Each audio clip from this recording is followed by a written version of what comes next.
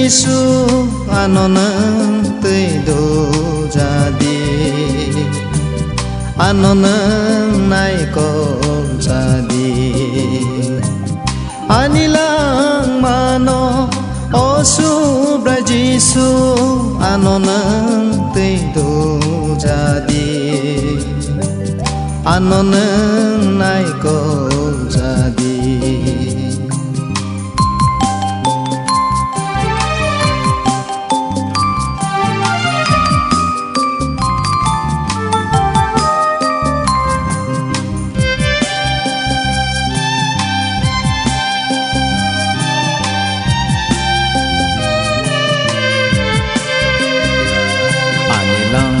lệ tông na rừng jaya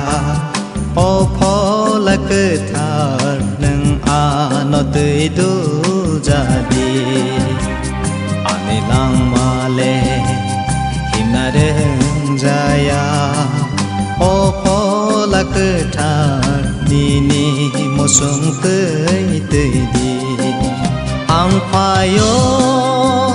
o subra ang phayo o subrai ang phayo o subrai ang phayo o subrai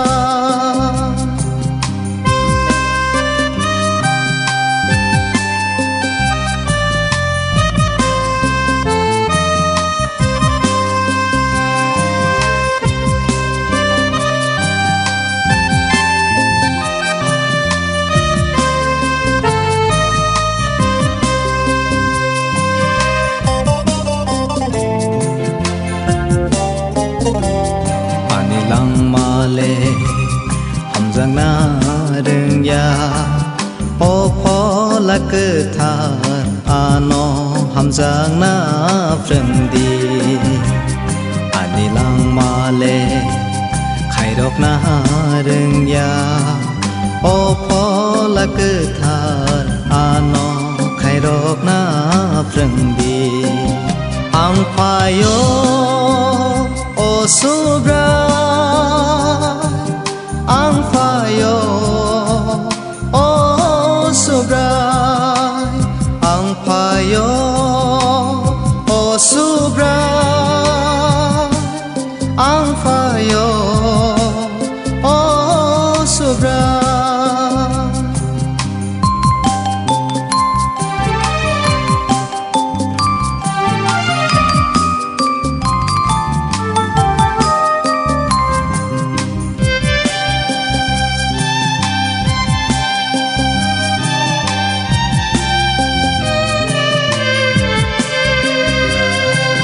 lang ma lệ khalok na rừng ya o pho la cơ thar ano khalok na phừng đi ani lang ma lệ khắc sang gơi tong ya o pho la cơ thar ano khắc sang ma đi ang phayo o subra